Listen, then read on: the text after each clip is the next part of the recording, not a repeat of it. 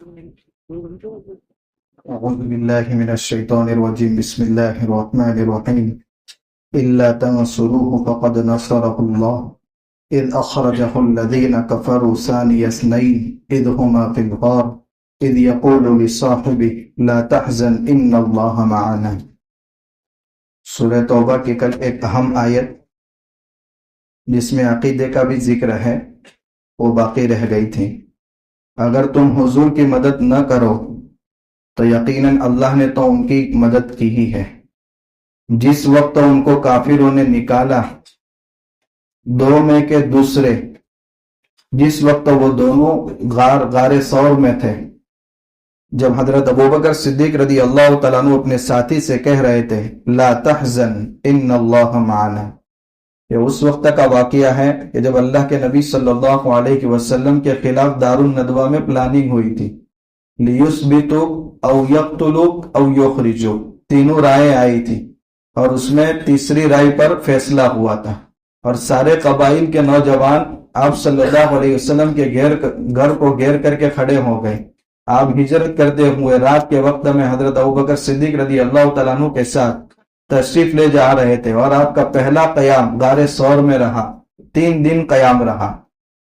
انہوں نے صبح اللہ کے نبی صلی اللہ علیہ وسلم کے سر اور حضرت ابوبکر صدیق رضی اللہ تعالیٰ عنہ کے سر کی قیمت لگائی کہ جو ان دونوں کا سر لے کر کے آئے گا 100 اونٹوں کا انعام دیا جائے گا۔ تو اللہ تعالیٰ فرماتے ہیں کہ اللہ نے تو نبی کی تو بہت سے موقع پر مدد کی ہے۔ یہ لوگ تلاشتے غار ثور کے بالکل منہ پر پہنچ گئے۔ حضرت ابوبکر صدیق رضی اللہ تعالیٰ عنہ دیکھ رہے تھے کہ یہ بالکل منہ تک پہنچ چکے ہیں اور کہیں حضور گرفت میں نہ آ جائے، تو حضرت ابوبکر صدیق رضی اللہ تعالیٰ عنہ کو فکر تھی حضور کی، اس لیے انہوں نے غم کے ساتھ کہا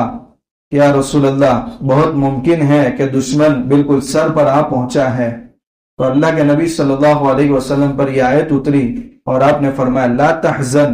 ان اللہ معنا، آپ غم نہ کریں، بے شک اللہ ہم دونوں کے ساتھ ہیں، ہمارے ساتھ ہیں، یہ نہیں کہ اللہ میرے ساتھ ہے۔ موسیٰ علیہ السلام کی قوم جب فرعون پیچھے پڑا تھا، سامنے دریا آیا، تو موسیٰ علیہ السلام کی قوم نے کہا یا موسیٰ انا لمدرکون، اے موسیٰ ہم تو گرفت میں آ چکے ہیں۔ تو موسیٰ علیہ السلام نے کہا ان معی ربی، میرا رب میرے ساتھ ہے، مجھے راستہ بتائے گا، میری مدد کرے گا اور ساتھ میں تمہاری بھی ہو جائے گی۔ لیکن یہاں اللہ کے نبی صلی اللہ علیہ وسلم نے اپنی معیت میں حضرت ابوبکر صدیق رضی اللہ تعالیٰ عنہ کو بھی شریک کر لیا ہے۔ کیوں؟ اس لیے کہ آزمائش سے دونوں گزر رہے تھے اور مکہ کے کفار نے انعام دونوں سر کے لگائے تھے، تو اللہ تعالیٰ نے اپنی طرف سے انعام دونوں کو بھی دیا۔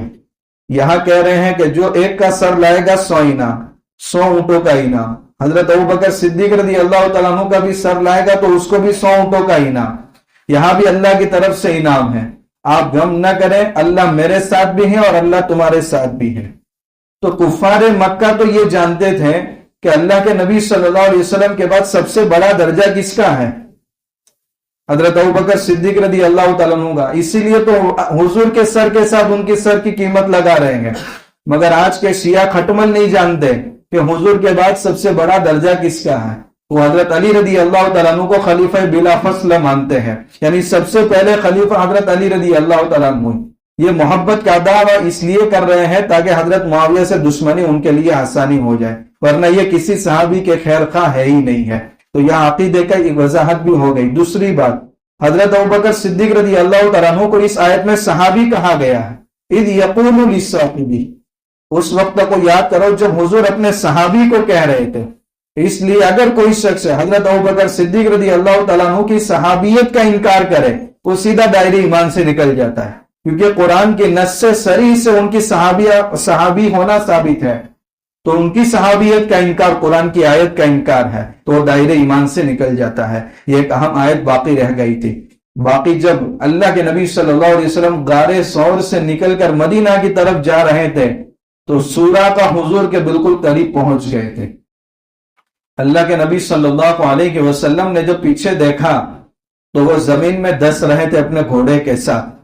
تو حضور نے فرمایا کیف بک اذا البست سواری کسرا، اے سراقہ آج تم ہمارے پیچھے پڑے ہو، تمہارا کیا حال ہوگا جب تم میری جماعت کے سپاہی بن کر کے جنگ کرو گے اور تمہارے ہاتھ میں کسرا کے کنگن ہوں گے۔ یہ اللہ کے نبی صلی اللہ علیہ وسلم نے بشارت دی تھی، اور حضرت عمر رضی اللہ تعالیٰ عنہ کے دور خلافت میں کسرا ایران فتح ہوا ہے، اور حضرت عمر رضی اللہ تعالیٰ عنہ نے ان کو بلایا اور کہا کہ یہ سونے کے کنگن تم اپنے ہاتھ میں پہنو، یقیناً مرد کے لیے سونا حرام ہے مگر میں تمہیں نہیں پہنا رہا ہوں، البسک اللہ ورسولہ، اللہ اور اللہ کا رسول تمہیں پہنا رہا ہے۔ یعنی یہ وہ پیشن گوئی ہے جب حضور ہجرت کر کے جا رہے تھے اور تم حضور کا پیچھا کر رہے تھے، اور حضور نے پیشن گوئی کی تھی کہ سراقہ آج تو تم میرے پیچھے پڑے ہو، تمہاری یہ شان نہیں ہے، تمہیں تو میری جماعت کا سپاہی بن کر کیسر و کسرا کو فتح کرنا ہے، اور تمہارے ہاتھوں میں کنگن بھی آئیں گے۔ تو حضرت عمر رضی اللہ تعالیٰ عنہ نے وہ پیشن گوئی بھی ان کو بتائی کہ حضور نے فرمایا تھا، آج وہ سچ ہو کر کے ثابت ہوا۔ اس کے بعد کی جو سورت ہے سورہ یونس،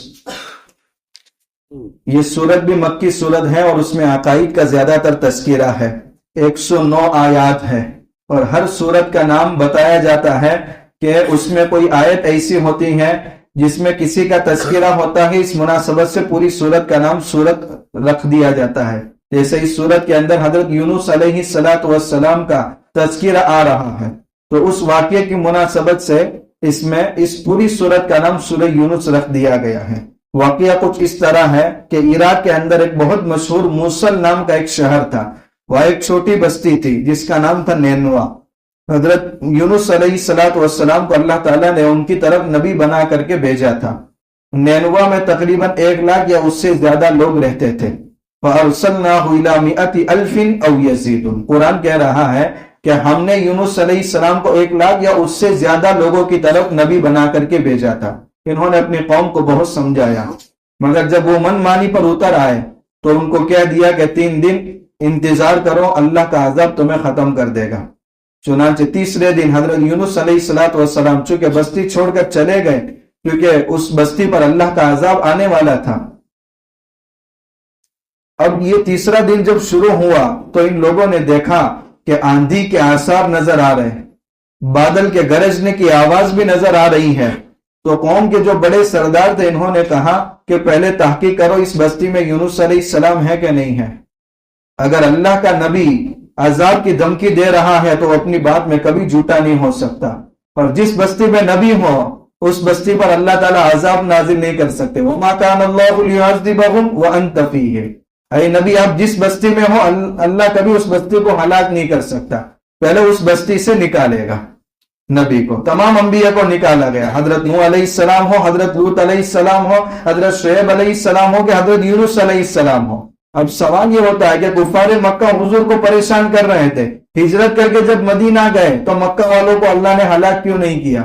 کیونکہ تمام انبیاء جو آتے تھے وہ ایک بستی کے لیے آتے تھے، یا ایک گاؤں کے لیے آتے تھے، یا ایک قوم کے لیے آتے تھے۔ حضور مکہ چھوڑ کر مدینہ گئے، مگر حضور تو عالمی نبی ہے، پوری دنیا آپ کی نبوت سے بھری ہوئی ہے، اور آپ کی نبوت پوری دنیا تک پھیلی ہوئی ہے، اس لیے جب تک حضور زندہ رہے قوم پر عذاب نہیں آیا، اور قیامت تک انشاءاللہ نہیں آئے گا، کیونکہ ہمارا عقیدہ ہے کہ اللہ کے نبی صلی اللہ علیہ وسلم اپنی قبر مبارک میں زندہ ہے،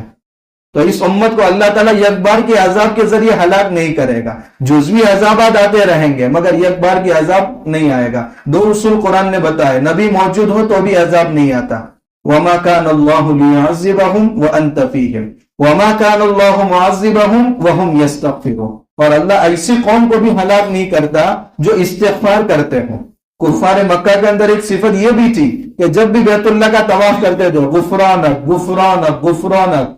اللہ ہمیں معاف فرما دے، یہ استغفار کے الفاظ تھے، اس وجہ سے بھی اللہ نے ان کو ہلاک نہیں کیا۔ تو اب دوسری صفت بھی ہم کر سکتے ہیں کہ استغفار خود کثرت سے کریں، اور یہ تو استغفار کا عشرہ بھی چل رہا ہے، استغفر اللہ ربی من کل ذنب واتوب الیہ اللہم اغفر لنا واغفر لنا، جو بھی الفاظ ہماری زبان پر سہل ہو ہم ضرور استغفار کریں۔ اللہ انشاءاللہ اس ملک کے مسلمانوں کو یک بار کی ایسے ظالم حاکموں کو مسلط کر کے انشاءاللہ ہلاک نہیں کرے گا، شرط یہ کہ ہم استغفار کے ذریعے اپنے گناہوں کی معافی اللہ کے سامنے مانگے۔ حضرت یونس علیہ السلام بستی چھوڑ کر چلے گئے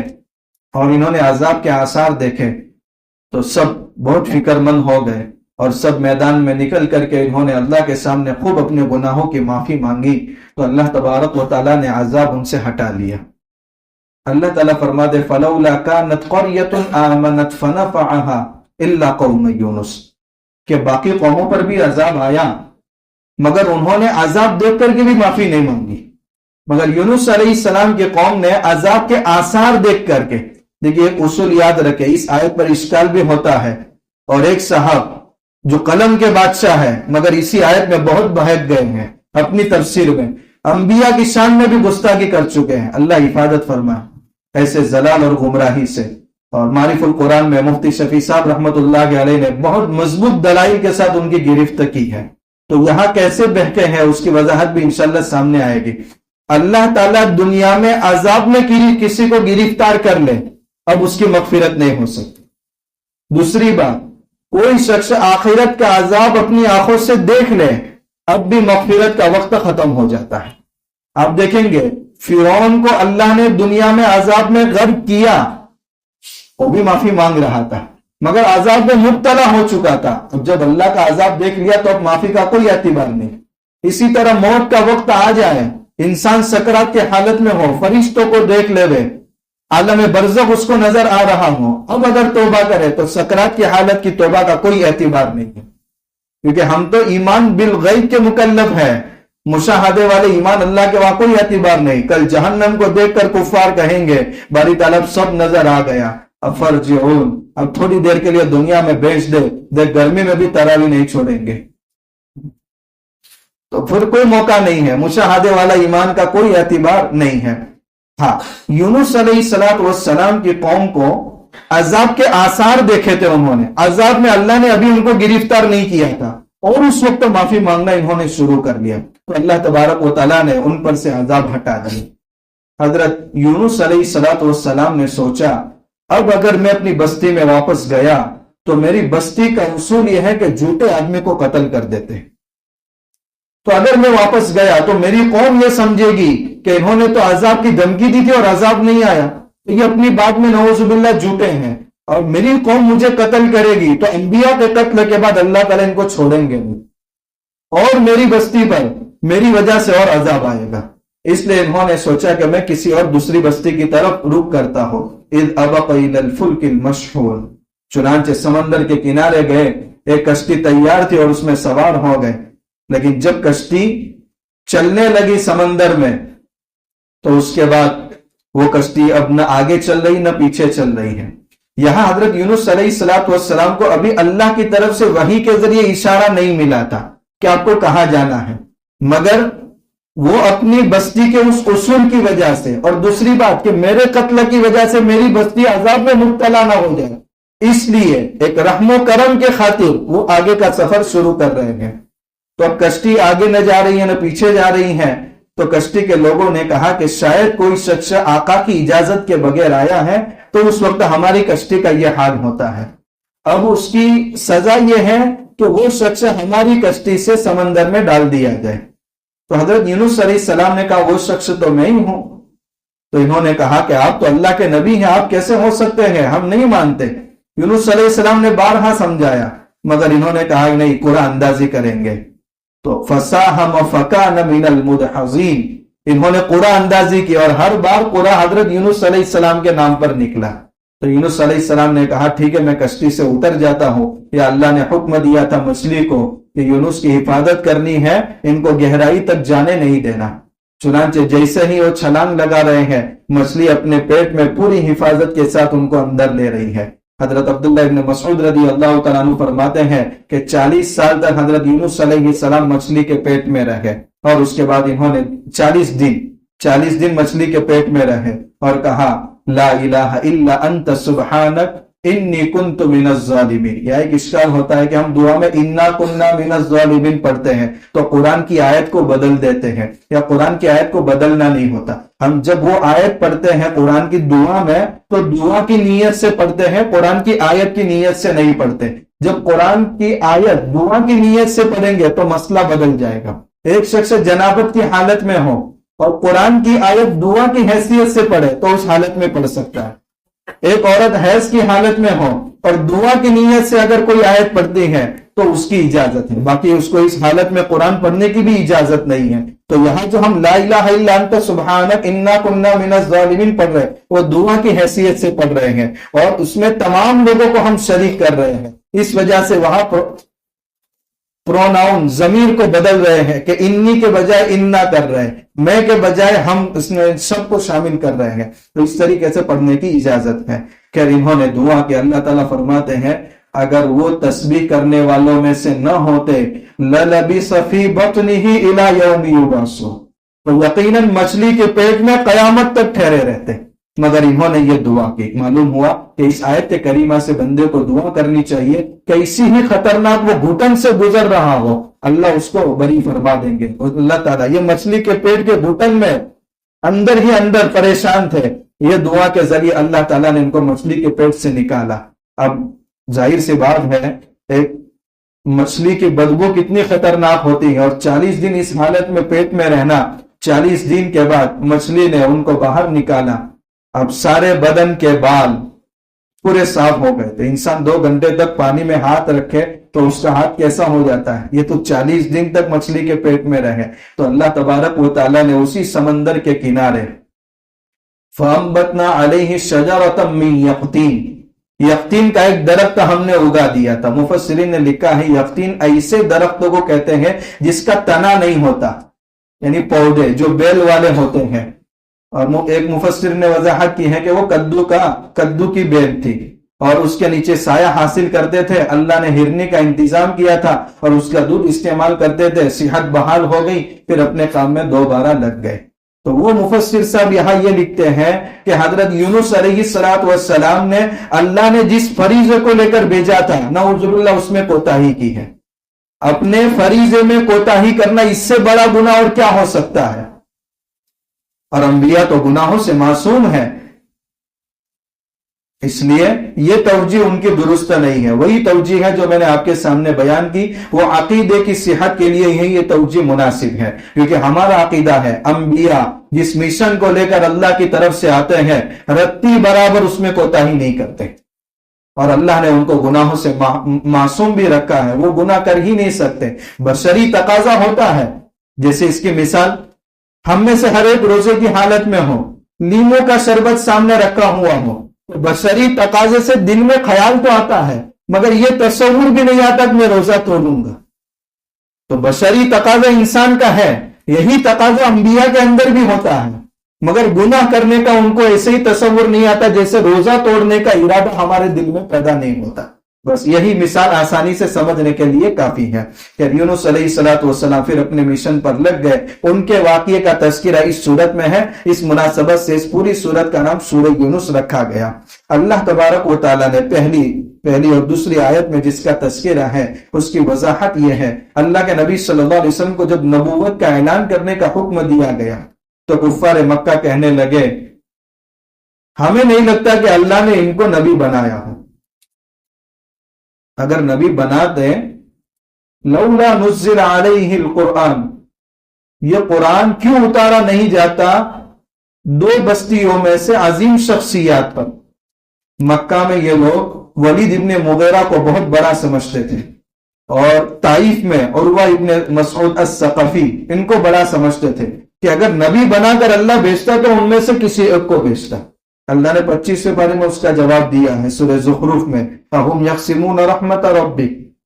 کیا یہ رب کی رحمت کے مالک ہو چکے ہیں کیا کہ جس کو چاہے اسی کو نبوت دے؟ ارے یہ تو اللہ کی رحمت کا معاملہ ہے، اللہ جس کو نبی بنانا چاہے نبی بنا سکتا ہے۔ اس لیے اللہ تعالیٰ فرماتے ہیں کہ ہم نے حضور کو نبی بنا کر بھیجا تو ان کو تعجب ہو رہا ہے، یہ اللہ کی رحمت ہے، اللہ جس کو چاہتا ہے نبی بنا کر کے بھیجتا ہے۔ اس کے بعد آگے اللہ تعالیٰ فرماتے ہیں اللہ وہ ذات ہے جس نے سورج کو روشن اور چاند کو منور بنایا، وَقَدَّرَهُ مَنَازِلَ، اور اللہ نے دونوں کی منزلیں طے کی ہیں۔ 365 منزلیں سورج کی ہر سال میں ایک مرتبہ وہ اپنا چکر مکمل کرتا ہے، اور 28 یا 29 منزلیں چاند کی ہیں اور وہ ایک مہینے میں اپنا ایک چکر مکمل کرتا ہے۔ لِتَعْلَمُوا عَدَدَ السِّنِينَ وَالْحِسَابَ، معلوم ہوا کہ ہمارا تو نہ سورج سے کوئی دشمنی ہے نہ چاند سے کوئی دشمنی ہے،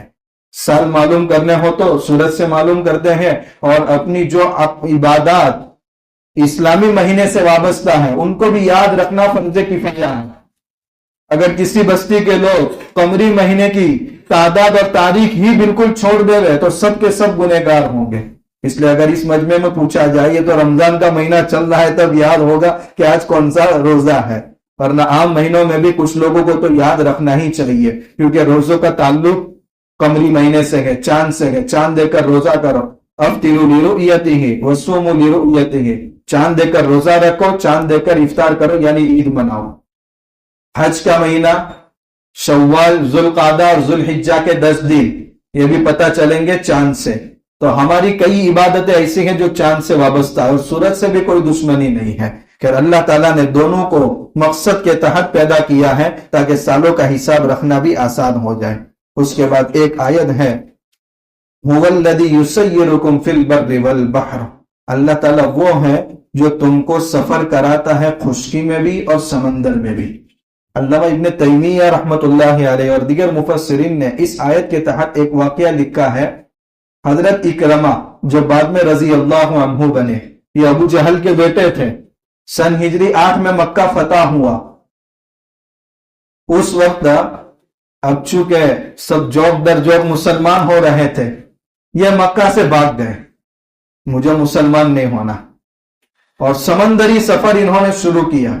جب کشتی کے اندر سوار ہوئے ہیں، 30 کلومیٹر کشتی چلی تھی،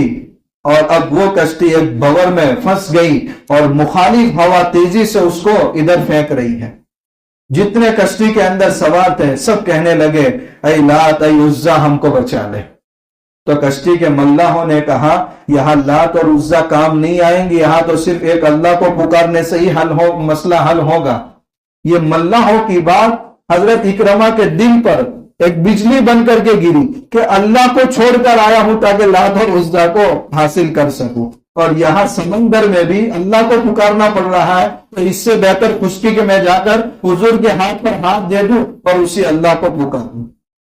تو اللہ کو چھوڑ کر بھاگے تھے، اور کشتی کے اندر بھی وہی اللہ کو پکارنا پڑ رہا ہے۔ تو پھر واپس آئے اور اللہ کے نبی صلی اللہ علیہ وسلم کے ہاتھ پر اسلام قبول کر لیا۔ قرآن کہہ رہا ہے اللہ وہ ذات ہے جو خشکی میں بھی تمہیں سفر کراتا ہے اور سمندر میں بھی، یہاں تک کہ تم کشتی میں سوار ہوتے ہو اور کشتی موافق ہوا لے کر کے تم کو چلتی ہے اور خوش ہوتے ہو۔ معلوم ہوا سمندری سفر بھی سیروا فی الارض اس نیت سے کرنا چاہیے۔ جاءتھا ریح عاصف، ابھی تو خوشیاں منا رہے ہوتے ہیں کہ اچانک ایک مخالف ہوا آتی ہے اور موجیں بھی اس کے تھپیڑے آتے ہیں، اور جب گمان یہ ہونے لگتا ہے کہ اب تو موت آ کر کے گھیر چکی ہے، دعوا اللہ مخلصین لہ الدین، تب صرف اللہ ہی کو پکارتے ہیں۔ یہ فطرت بولتی ہے اس وقت کہ ہمارا مالک ہی ہمیں بچاتا ہے، اور کہتا ہے اللہ اس بار اگر تو نجات دے دے گا تو تیرے شکر گزار بندے بن جائیں گے۔ اس سے سبق ملتا ہے جب بندہ حالات میں آتا ہے تو اللہ کو پکارتا ہے۔ اس سے پہلے ایک آیت گزری ہے کہ بندہ سوتے ہوئے اللہ کو بیماری میں پکار رہا ہے، پھر بیٹھ کر پکار رہا ہے، پھر کھڑے ہو کر پکار رہا ہے، اور جب ہم اس کی مصیبت دور کر دیتے ہیں مر کأن لم يدعنا إلى ضر مس، تو ایسے گزر جاتا، یاد بھی نہیں کرتا کہ گویا بیماری میں کبھی ہم کو یاد کیا ہو، یعنی اتنی روگردانی ہم سے کر لیتا ہے۔ اللہ تعالیٰ فرماتے ہیں جب ہم اس کو نجات دے دیتے ہیں تو زمین کے اندر وہ پھر اور بغاوت شروع کر دیتا ہے، پھر اور نافرمانیاں شروع کر دیتا ہے۔ ایک آیت آگے ایسی ہے، بہت زبردست آیت ہے، للذین احسنوا الحسنى وزیادہ، ان لوگوں کے لیے جنہوں نے دنیا میں نیک کام کیے ہیں جنت کی شکل میں اللہ تعالیٰ بہترین بدلہ دیں گے، وہ زیادہ اور کچھ دیں گے، اس کی وضاحت نہیں کی ہے۔ حضرت صہیب رضی اللہ تعالیٰ عنہ فرماتے ہیں کہ کل اللہ تعالیٰ جنتیوں کو جنت کے اندر داخل کر دے گا، اس کے بعد پھر اخیر میں سوال ہوگا اور کسی چیز کی تمہیں ضرورت ہے؟ تو جنتی کہیں گے کہ باری تعالیٰ جہنم سے بچایا، جنت کے اندر داخل کیا، آج ہمارے چہرے سب کے گورے ہو گئے، دنیا میں مشقت کے ساتھ بھی یہ نعمت نہیں مل سکتی تھی، اور اتنی ساری نعمتیں جن کے بارے میں حضور نے فرمایا تھا ما لا عین رأت ولا اذن سمعت ولا خطر علی قلب بشر، تمہاری آنکھوں نے نہ وہ نعمتیں دیکھی ہیں ولا اذن سمعت، نہ کانوں نے ان نعمتوں کے تذکرے سنے ہیں، ولا خطر علی قلب بشر، میرے نبی کی بات کبھی مبالغہ آمیز نہیں ہو سکتی۔ دنیا کے خطیب مبالغہ کر سکتے ہیں، حضور فرماتے ہیں ان نعمتوں کا تصور بھی تمہارے دلوں میں کبھی نہیں آیا۔ ایسی نعمتیں دیکھنے کے بعد کہیں گے باری تعالیٰ اور کیا چاہیے؟ اللہ تبارک و تعالیٰ اپنی تجلی کا پردہ اٹھائیں گے اور سب کی نگاہیں ٹکی رہ جائے گی، اور کہ اس سے بڑی نعمت تو کوئی ہے ہی نہیں۔ وہ زیادہ اور کچھ دیں گے، اس کی تفسیر میں امام ترمذی رحمۃ اللہ علیہ نے دیدار خدا بندی کو بیان کیا ہے کہ اللہ تعالیٰ اپنی زیارت بندوں کو نصیب فرمائیں گے۔ اللہ تعالیٰ ہم سب کو اہل جنت میں سے بنائے اور اپنا دیدار اللہ تعالیٰ ہم سب کو نصیب فرمائے۔ وَلَا يَرْهَقُ وُجُوهَهُمْ قَطَرٌ وَلَا ذِلَّةٌ، اور ان کے چہرے پر نہ کوئی ذلت چھائی ہوئی ہوگی، نہ چہرے بالکل سیاہ ہوں گے۔ یہ جہنمیوں کی علامت ہوگی۔ اولئک اصحاب الجنہ، یہ جنت والے لوگ ہیں، ہم فیہا خالدون، اور وہ اس میں ہمیشہ ہمیشہ رہیں گے۔ آگے 3 واقعہ، جن میں سے ایک واقعہ آپ کے سامنے آ گیا، حضرت موسیٰ علیہ السلام کا دوسرا واقعہ ہے، اور تیسرا واقعہ حضرت نوح علیہ السلام کا ہے کہ ان قوموں کو اللہ نے تباہ کیا اور ایک کو تباہی کے دہانے سے اللہ نے بچایا ہے۔ کفار مکہ کو اور مسلمانوں کو متنبہ کیا جا رہا ہے، اگر اس قرآن کو اور اللہ کے نبی صلی اللہ علیہ وسلم کی باتوں کی مخالفت کرو گے تو اللہ تعالیٰ اس طرح بھی تمہیں ہلاک کرنے پر قادر ہے جس طریقے سے اللہ تعالیٰ نے ان کو ہلاک کیا۔ اور نبی کو بھی تسلی دی گئی کہ اگر آپ کی مخالفت ہوتی ہے تو آپ بے فکر رہے، وَالْعَاقِبَةُ لِلْمُتَّقِينَ، اچھا انجام متقیوں کا ہی ہوتا ہے۔ اور بھی مضامین ہیں مگر وقت کی گنجائش نہیں ہے، انشاءاللہ آگے کی صورت کل۔ سبحان اللہ۔